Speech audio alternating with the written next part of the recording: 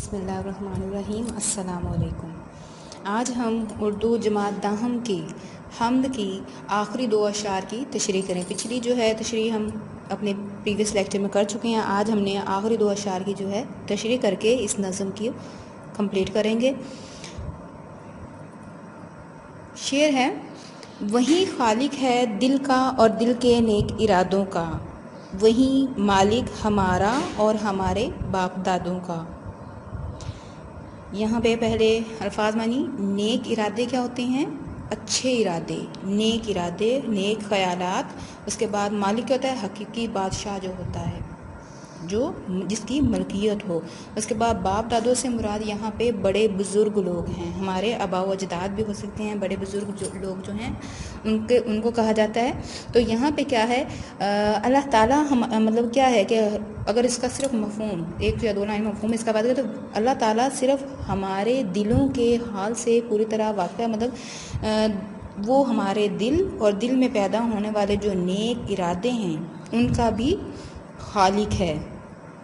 اسی نے ہمیں اور ہمارے باپ دادا اور تمام عزیز و اقارب کو تخلیق کیا ہے۔ مطلب یہ اگر اس کا صرف مفہوم ہے کہ وہ اس نے ہمارے دل اور دل میں جو پیدا ہونے والے نیک خیالات ہیں ان کو پیدا کیا، اور پھر ہمیں اور ہمارے باپ دادا اور ہم سے پہلے جتنے بھی لوگ گزر چکے ہیں ان سب کو پیدا کرنے والی ذات کیا ہے؟ صرف اور صرف خدا تعالیٰ ہی کی ذات ہے۔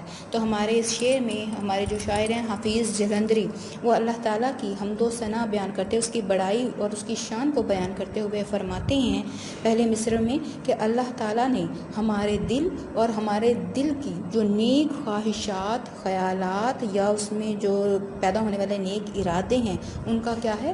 خالق ہے۔ مطلب اگر ہمارے دل کے اندر کوئی نیک خیالات پیدا ہوتے ہیں، کوئی نیک خواہشات پیدا ہوتی ہیں تو وہ کیا ہے؟ ان کو پیدا کرنے والا، ان کو تخلیق کرنے والا کون ہے؟ ہمارا خدا تعالیٰ ہے۔ خدا تعالیٰ ہی کی ذات ہے جو ہمارے دل میں نیک خیالات جو ہے پیدا فرماتی ہے۔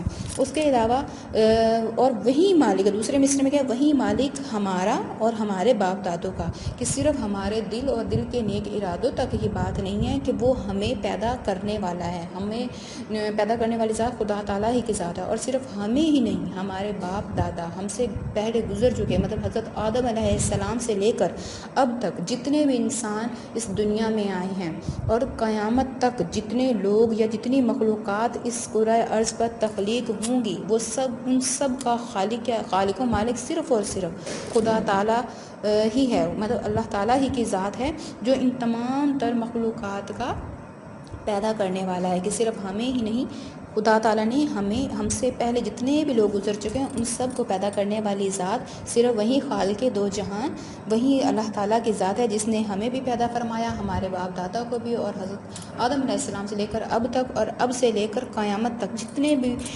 لوگ ہوں گے، جتنی بھی مخلوقات ہوں گی، ان سب کا خالق و مالک صرف اور صرف کیا ہے؟ خدا تعالیٰ ہی کی ذات ہے۔ اس کے بعد آتے ہیں ہمارے آخری شعر: بشر کو فطرت اسلام پر پیدا کیا جس نے، محمد مصطفیٰ صلی اللہ علیہ وآلہ وسلم کے نام پہ ادا کیا جس نے۔ یہاں پہ ہمارا آخری شعر جو ہے، یہاں پہ حفیظ جلندری جو ہیں وہ فرماتے ہیں کہ اللہ تعالیٰ نے ہر انسان کو فطرت اسلام پر پیدا کیا اور سب کو حضرت محمد صلی اللہ علیہ وسلم کی ذات سے محبت کرنے والا بنا دیا۔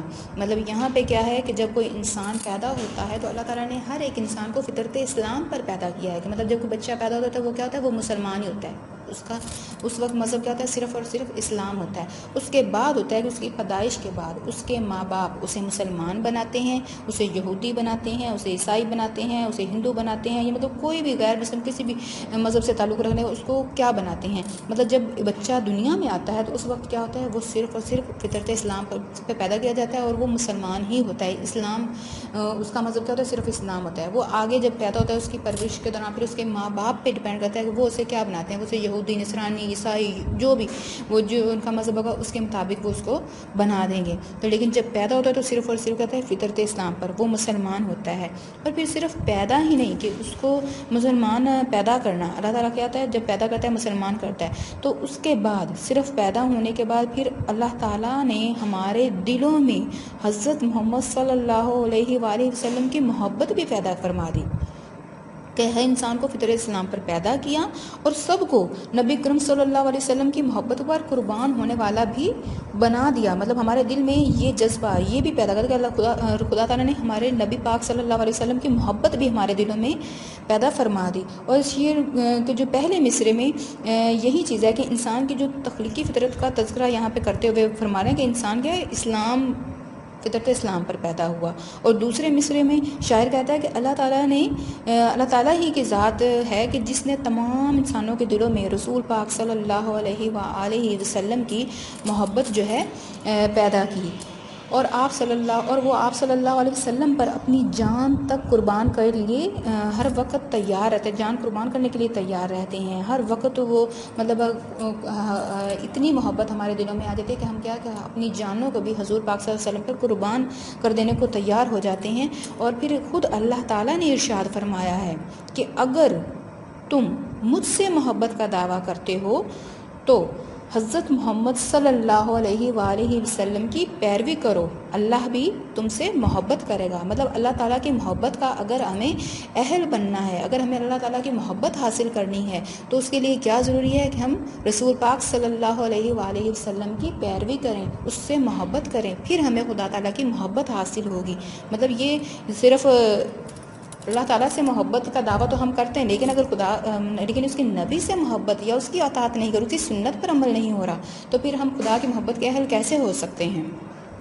تو یہ دین کے مکمل ہونا یا ہمارے ایمان کی تکمیل کا بھی یہی ہے کہ جب تک ہم خدا تعالیٰ کو اگر ہم اس کو مانتے ہیں، اس کے پیروکار ہیں، اس کی بندگی بجا لانے والے ہیں، لیکن اگر ہم اس کے نبی کی اطاعت نہیں کر رہے تو پھر ہم کیسے پھر ہمارا ایمان تو مکمل ہی نہیں ہے. تو اللہ تعالیٰ نے اپنی محبت کا اہل بنانے کا طریقہ بھی کیا ہے خود ہی بتا دیا کہ اگر میری محبت کا اہل ہونا چاہتے ہو تو نبی پاک صلی اللہ علیہ وآلہ وسلم کی پیروی کرو، خدا تم سے محبت کرے گا. اور اسی کے ساتھ مطلب ایک خوبصورت شعر کے ساتھ ہم آج جو ہے اس حمد کا جو ہے اختتام کریں گے کہ محمد سے وفا تو نے تو ہم تیرے ہیں، کہ محمد سے وفا تو نے تو ہم تیرے ہیں، یہ جہاں چیز ہے کیا لوح و قلم تیرے ہیں. اسی کے ساتھ آج کی ہماری یہ جو حمد ہے وہ مکمل ہو چکی.